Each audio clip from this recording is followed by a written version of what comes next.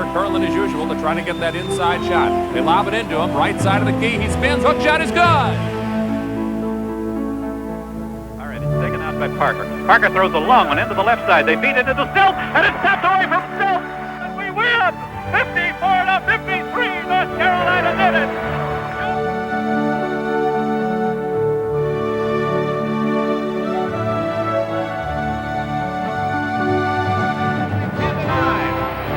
Hayes in the corner. Houston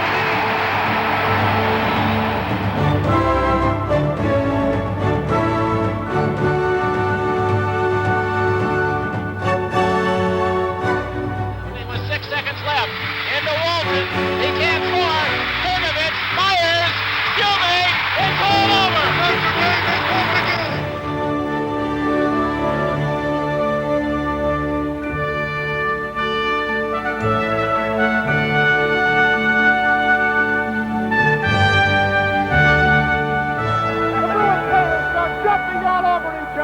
It is one of those fantastic moments in sports history. No team ever was as disciplined on the basketball court as Al McGuire's clubs at Marquette University.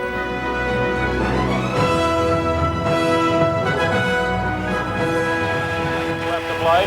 Goes back to Michael Jordan. Jumper from out on the left. Good! The Tar Heels are going to win the national championship.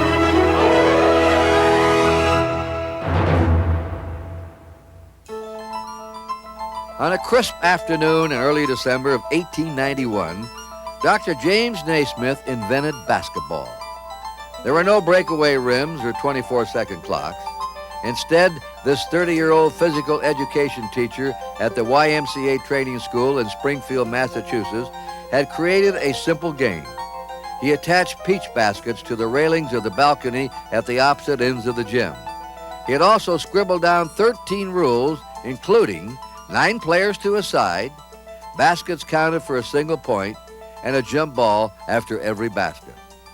The new game of basketball was a success from the second the first ball was tossed up into the air.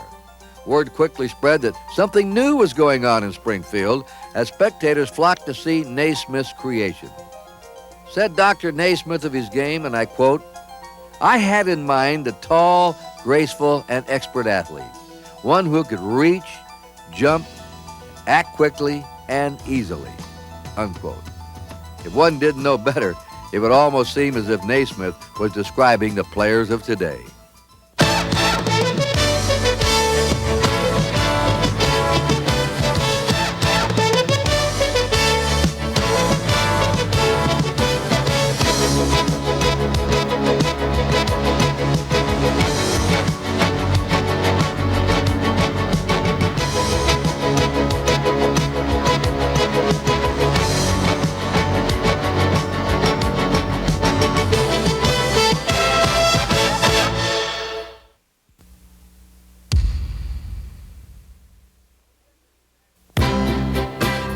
Measured in national championships, no school in the history of college basketball can approach the success of UCLA. Between 1964 and 1975, the Bruins were unstoppable, winning 335, losing 22, and bringing home an amazing 10 national titles. Behind this greatest dynasty in college basketball stood one remarkable man. His name, John Robert Wooden, the Wizard of Westwood. Coach John Wooden was so good that in my run to the Roses, in 10 years of my career, we used to fight for the second best. And the reason I like Coach Wooden is that he won 9 championships in the NCAA. That way, instead of disliking 9 guys, I only disliked 1 guy. His records will be there forever. Nobody is ever going to match him. And he was a great coach, great gentleman, and boy, what a credit he was to the game of basketball. John Wooden first grabbed the attention of the basketball world as a 3-time All-American guard at Purdue University in the early 1930s. Under the guidance of head coach Ward Piggy Lambert, the tough, aggressive Wooden was instrumental in leading the Boilermakers to the 1934 national championship. 14 years after this accomplishment, John Wooden accepted the head coaching position at UCLA and set about the task of turning Westwood into a winner. In 1964, behind the backcourt combination of Walt Hazzard and Gail Goodrich, the Bruins defeated Duke by 15 points in the NCAA Finals to cap an undefeated season and earn the school's first championship. With no starter taller than 6 feet 5 inches, the 64 Bruins utilized a devastating full-court press along with a dynamic team chemistry. They complemented each other very well in the different things that they could do. Goodrich is a great shooter, Hazzard's a great passer. Hazzard had to be fired up to something. I had to be at times critical of him to get him mad at me. If I'd get Goodrich mad at him, he'd go in a shell. Well, you learn that about their different personalities. Erickson was a highly spirited competitor, but a great athlete. Jack Hirsch was no one can analyze Jack Hirsch. The group complemented each other exceptionally well. Returning only 2 starters from the 64 team, Gail Goodrich and Keith Erickson, the Bruins repeated as national champs in 1965. In the finals against the University of Michigan, Goodrich played one of the greatest games in Final Four history, burning the Wolverines for 42 points in a 91-80 UCLA victory.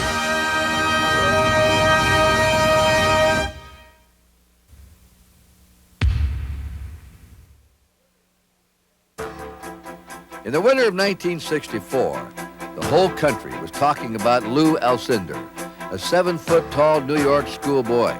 Alcindor, now known as Kareem Abdul-Jabbar, was such a force at Power Memorial High School that NBA coach Gene Shue said of the 17-year-old phenom, "I'll trade 2 first-round draft choices for him right now."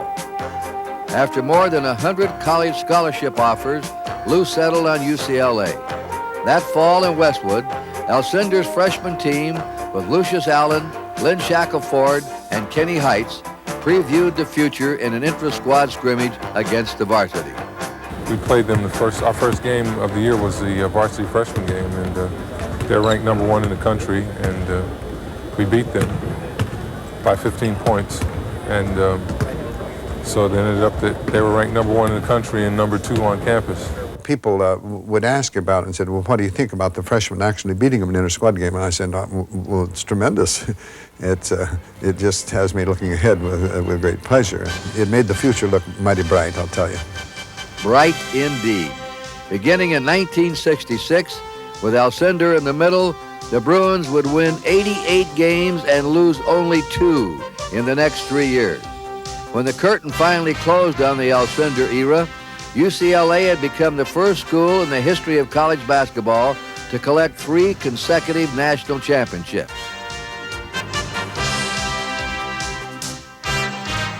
After Alcindor's graduation in 1969, UCLA was expected to return to the ranks of mere mortals. Much to the dismay of the competition, this was not the case. With a front court of Curtis Rowe, John Vallely, Steve Patterson, and Sidney Wicks, the Bruins won 57 games in the next 2 years and added 2 more national titles to their trophy case.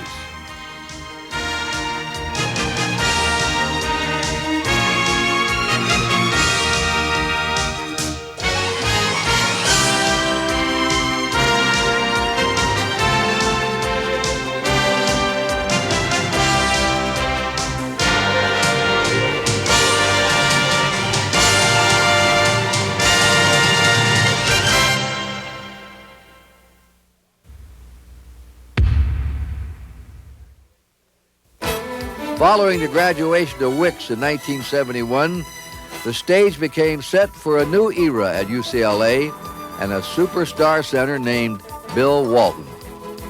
At 6'11" and extremely mobile, Bill Walton was everything Coach Wooden expected in a big man. He didn't have any weaknesses as a player. He was a great all-round player, a great attitude, worked hard on the floor at all times, set a great example as far as workability. In many ways, he marched to the beat of a different drummer. With teammates Keith Wilkes, Greg Lee, Larry Farmer, and Tommy Curtis, the Walton Gang was invincible, going 2.5 years and 88 consecutive games without losing.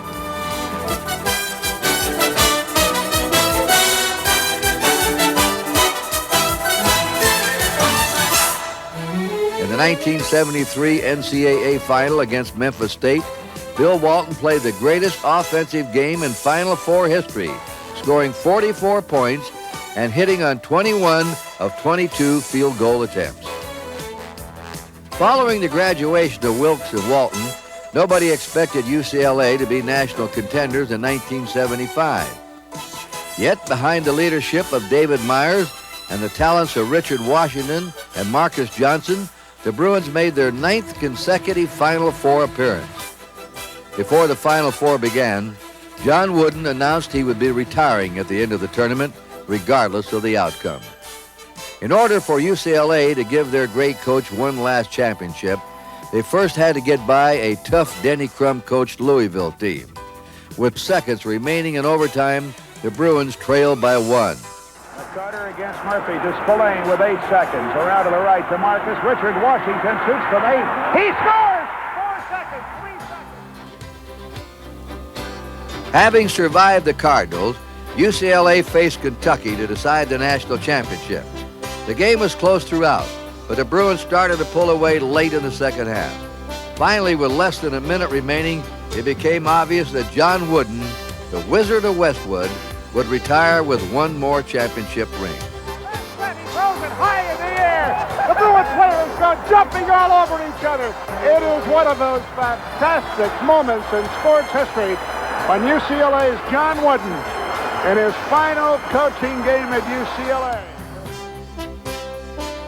To fully recognize the legacy of John Wooden and UCLA basketball, anything less than a 10th national championship would have seemed inappropriate.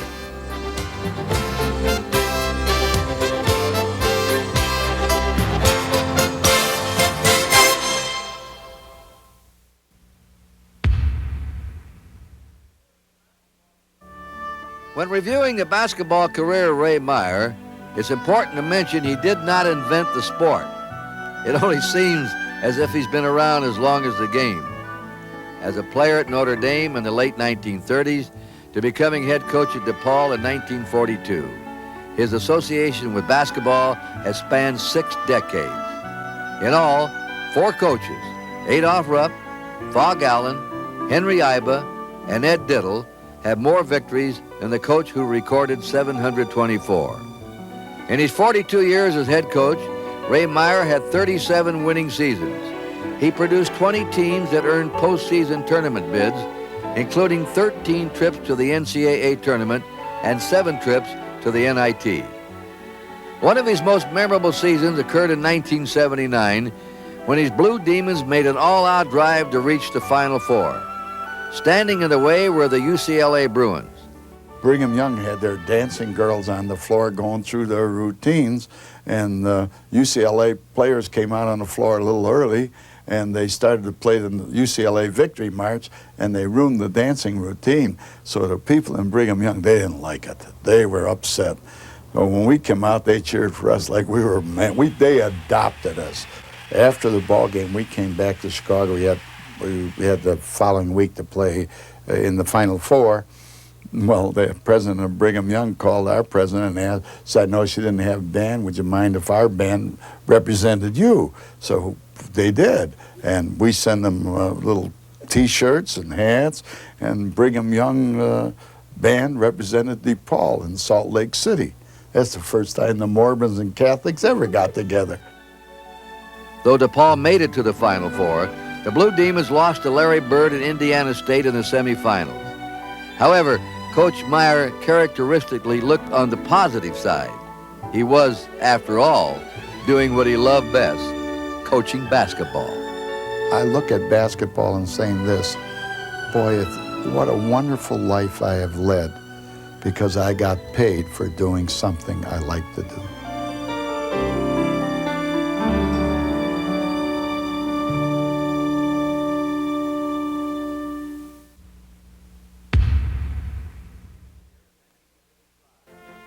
The year was 1955. The team was the University of San Francisco. The players were a 6'1" guard named Casey Jones and a skinny 6'9" center named Bill Russell. The result? One of college basketball's greatest dynasties. Under the watchful eye of Coach Phil Woolpert, the Dons launched college basketball into a new age. When Russell made shot blocking an art, he is the only one ever, even to this day, that has shot blocking as an art. We played him once, and I told our center, if you don't fake before you shoot it, it's never going to get up to the rim. Well, he took his first shot, and Russell didn't block it. He caught it. And then he watched one of our players. He looked like a little ant. He let him go around underneath the basket, let him go up, and then he took the ball. He was just so good. Bill Russell knew how to intimidate more than he knew how to block shots. And he put that pink elephant in the back of your mind. So every time he'd go in, if he would block 5 shots a game, he would intimidate 30 shots. In 1955, San Francisco was unstoppable as they took a 27-1 record into the NCAA finals against third-ranked LaSalle and their superstar Tom Gola. With Russell and Jones combining for 47 points, the Dons cruised to a 77-63 national championship. The winning streak continued to 54 straight games next season as USF once again reached the NCAA finals. This time, Russell and company defeated Iowa 83-71 for their second title and claimed the winner's share of $12,500 from the NCAA. Russell, Jones, and the University of San Francisco Dons, one of college basketball's greatest dynasties.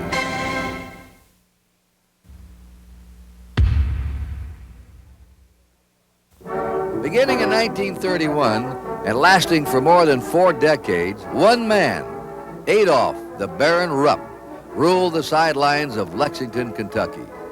While collecting more victories than any coach in history, 874, Adolph Rupp made the University of Kentucky synonymous with college basketball success. In basketball-crazed Kentucky during the 30s and 40s, everyone followed Coach Rupp and the Wildcats on the radio. My brother and I used to sit at home and listen to the Kentucky games on radio when we were little kids. And we would play along with the Cats with a coffee can and a wadded up piece of paper and shoot back and forth into each other's can as the game progressed. Rupp's Wildcats were a disciplined, fast-breaking outfit that received plenty of national attention. In fact, all state players from across the country would travel to Lexington to try out for the team. The competition was intense, and many quality players didn't survive the cuts.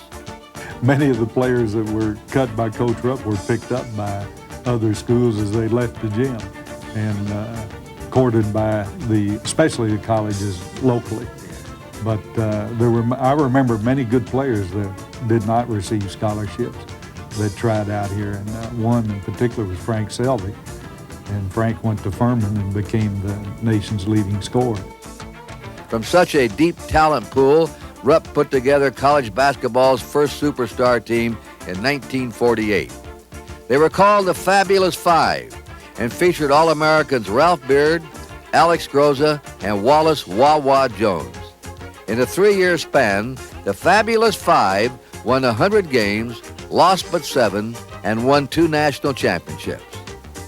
Unfortunately, the accomplishments of the Fabulous Five were permanently tarnished when Beard and Groza were indicted in the point-shaving scandals of 1951. That team was so loved throughout the state that the reaction was disbelief that this just could not have happened to our players. And I remember Coach Rupp's statement before the scandals hit Kentucky was that no one could touch our players with a 10-foot ball. Despite the involvement of his star players, Rupp kept on winning at Kentucky. In 1951, he collected his 3rd national championship behind the towering talents of 7-foot-tall William Spivey. 7 years later, the Baron picked up his unprecedented 4th national title when the Wildcats defeated an Elgin Baylor-led Seattle squad 84-72. In 1972, Adolph Rupp retired from coaching. After 42 seasons, the incomparable Baron's influence extended far beyond the Kentucky Bluegrass.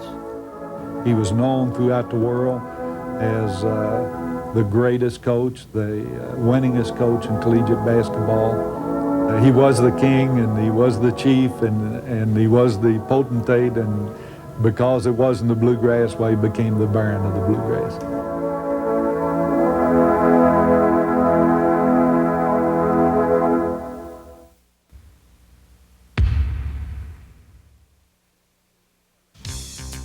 (1957) saw the emergence of Wilt Norman Chamberlain, the 7'2" sophomore center from Kansas.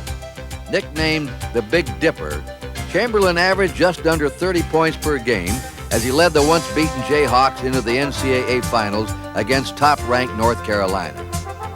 Tar Heel coach Frank McGuire had a multi-talented team with 6'5" hotshot Lenny Rosenbluth, Joe Quigg, Bob Cunningham, Pete Brennan, and Tommy Kern. The Tar Heels entered the NCAA title game with a 31-0 record. Their dream season almost came to an end in the semifinals as they survived a triple overtime marathon against Michigan State. Just about everybody felt North Carolina was too tired to bounce back, especially since they now had to face the agile young giant from Kansas in the final. However, Carolina triple-teamed Chamberlain, and paced by the streak-shooting of Rosenbluth, they led 29-22 at intermission. In the second half, Wilt finally broke free from the zone as Kansas looked to make a move for the title. To make matters worse for North Carolina, Rosenbluth fouled out with 1:45 to play and Kansas leading by 2. Only a late basket by Tar Heel senior Bob Young, his only points in the game by the way, sent the contest into overtime at 46 apiece. The first overtime ended at 48 all. The second overtime went scoreless. Finally, in the third overtime, Carolina's Joe Quigg calmly made 2 free throws to put the Tar Heels up 54-53. All right, it's taken out by Parker. Parker throws a long one into the left side. They feed it into Stilp, and it's tapped away from Stilp, and we win! 54-53, North Carolina did it! Incredibly, North Carolina had won its second straight triple overtime game. The Tar Heels finished their perfect season as one of the greatest teams in the history of college basketball.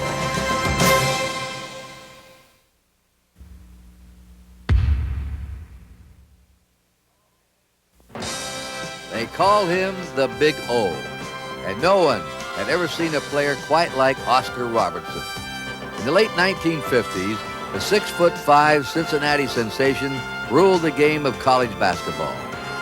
Inch for inch, pound for pound, could be the best player. Every time he stepped on the court, he gave a clinic.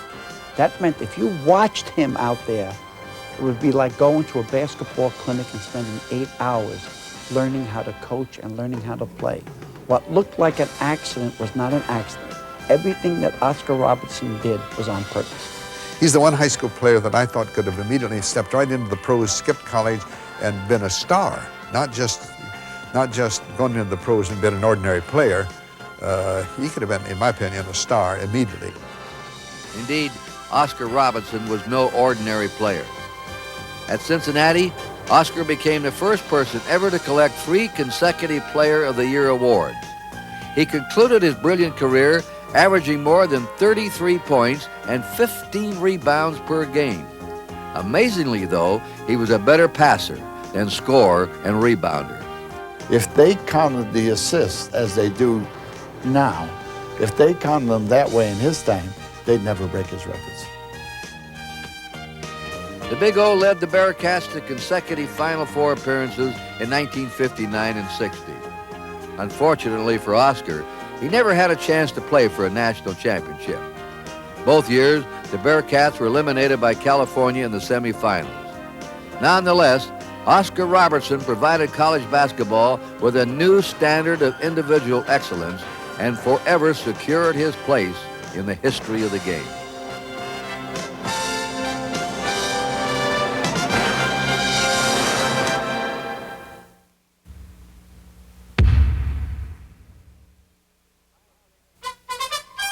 Ohio State basketball coach Fred Taylor was a happy man in 1960. The reason? His sophomore class featured the talent of 6'8" center Jerry Lucas, defensive ace John Havlicek, and highly touted Mel Knoll. Along with shooting star Larry Siegfried, and veteran Joe Roberts, the Buckeyes became one of the greatest shooting teams in college basketball history. Among the substitutes on this team was another flash of brilliance, a fiery line drive shooting player named Bobby Knight. Bobby Knight was a very tenacious player. He's known for defense. Bobby Knight tried to play defense as hard as anyone else. He didn't have the quickness of other people, and when you played against Bobby Knight, you knew you were going to be in a physical battle because he didn't have the quickness. Therefore, he would grab you, he would hold you, he would bump you, he'd move you around, and you knew when you were fouled. All-American center Jerry Lucas led the country in field goal percentage for 3 straight years as he made over 62% of his shots. The Buckeyes cruised to a 25-3 record in 1960, easily defeating California in the finals 75-55. They would, however, suffer 2 straight championship losses to Cincinnati in 1961 and 62. The bragging rights issue in Ohio was settled by Cincinnati's powerful 6'9" center, Paul Hogue, as the Bearcats won back-to-back national titles. Ohio State fans, however, will long remember their battling Buckeyes, a squad that made it to the NCAA championship game 3 straight years and sent 4 of its players on to the NBA.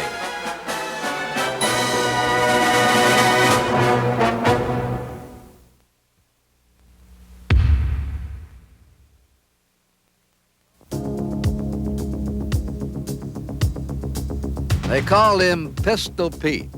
College basketball had never seen a scoring machine like Pete Maravich. Playing for his father, Press, at Louisiana State University from 1968 through 70, the Pistol completed his amazing career as college basketball's most prolific scorer.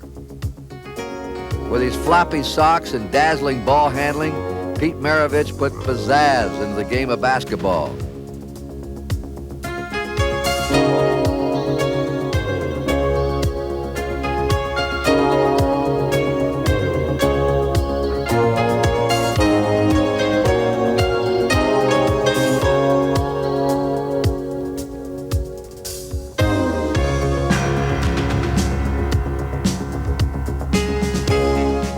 Pete was blessed with a great amount of ability, natural athletic ability. Pete could do a lot of amazing things with the basketball. He was really a showman. I mean, Pete would go out there, put on a show. I mean, that's what he wanted to do. That's how he looked at himself, as a showman.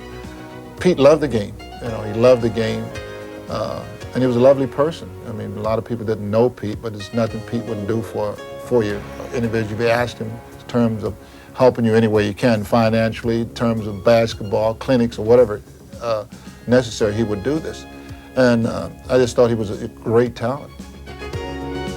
In only 3 years at LSU, he rewrote all the record books. Most points in a season, most points in a career, highest career scoring average at 44.2 points per game, and most points in a single game, 69. Whether it was from behind the back or through the legs, double pump or one-handed, the result was the same. Pistol Pete Maravich, college basketball's greatest showman.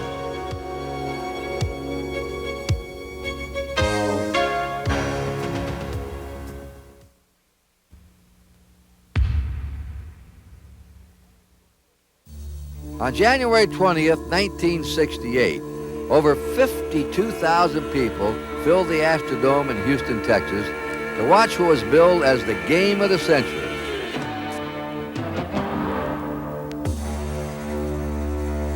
Number 1 UCLA and center Lou Alcindor faced number 2 Houston and All-American Elvin Hayes. This dramatic setting was enhanced even more by the fact that the court was so far removed from the fans. It was a great spectacle. UCLA's 47-game winning streak pitted against Houston's 48 straight wins at home. A serious concern for Bruin fans was that Alcindor had injured his eye the week before in a game against California. Still bothered by vision problems, Lou elected to play anyway. However, from the opening tip, it was clear that the evening belonged to Elvin Hayes and the Houston Cougars. Comes up with a steal. The Cougars on the attack. Chaney setting up lead. That's Hayes, 17-footer. Houston leads 2-0. The Big E rarely missed, hitting 17 out of 29 shots from the field and finished with 39 points. Hayes in the corner. Houston leads. In the end, Hayes' 2 free throws clinched the win for Houston as the Astrodome went wild.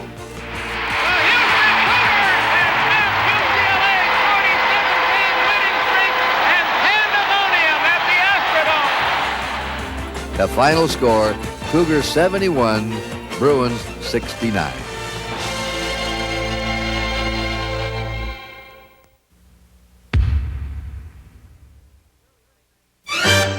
In the early 1970s, the only team talented enough to end the UCLA Bruins' 7-year reign over college basketball was the 1973-74 North Carolina State Wolfpack.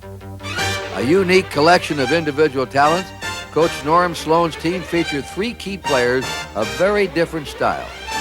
The 74 national champs were built around the big man, 7-foot 4-inch Tom Burleson. Big Tom was a dominant presence inside with his rebounding, scoring, and shot blocking.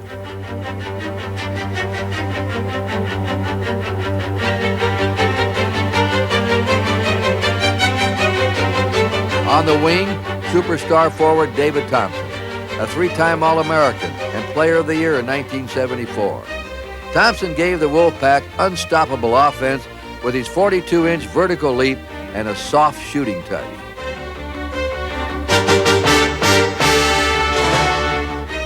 Orchestrating this high-powered offense was the diminutive Monty Tao, standing only 5 feet 6 inches tall.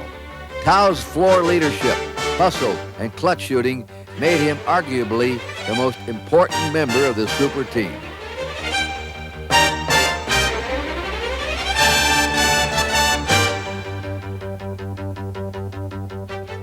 In 1974, North Carolina State finished the season as the #1 ranked team in the country. In the national semifinals, the Wolfpack faced UCLA for the 2nd time that year. The game was hotly contested throughout and went to double overtime.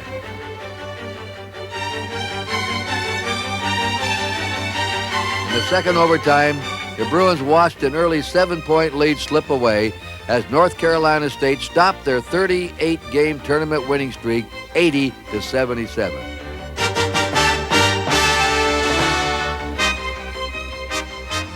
In the finals, behind David Thompson's 21 points, the Pack defeated Marquette 76-64 to earn their first national championship and secure a place as one of the greatest teams in the history of college basketball.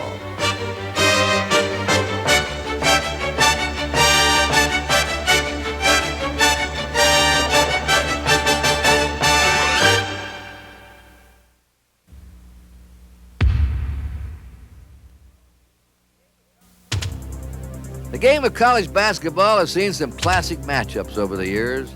Alcindor Hayes, Walton Burleson. In 1979, 2 more superstars met head-to-head. Irvin Magic Johnson of Michigan State and Larry Bird of Indiana State. Simply stated, college basketball took a quantum leap forward with the emergence of these 2 stars. Never before had the game seen a 6-foot 9-inch guard who could control a game quite like Magic. I said it and I'll say it again that in my whole basketball career, I've only seen 8 or 10 very special players, and he's one of those 8 or 10. He combines not only a wonderful gift, but an incredible amount of tenacity and desire to win. He pushes other people. He's just a great leader. As for Larry Bird, the skeptics claimed he couldn't run, jump, or succeed against quality competition. Well, the skeptics were wrong. Bird finished his career as the 9th leading scorer in college basketball history, averaging over 30 points per game. The long-awaited shootout became reality as Magic Spartans and Bird's undefeated Sycamores met in the 1979 final. When the smoke cleared, Magic Johnson's 24 points carried Michigan State to the national title. However, the big winner this evening were the millions of basketball fans across the country who witnessed the emergence of 2 of the game's greatest players. And basketball had its first glimpse of the Bird Magic era.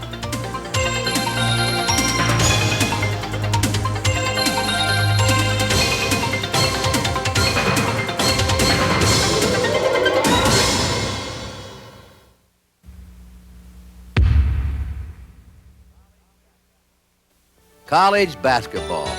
For 100 years, it has produced many magical moments. Players who changed the game, coaches who were innovators, teams that perform miracles. Today, basketball is at the height of its popularity, with the NCAA fielding a 64-team men's tournament and the women's game reaching new levels of excellence. From Dr. Naismith's peach basket dream through a century of spectacular athletic achievement, the glory of the game continues.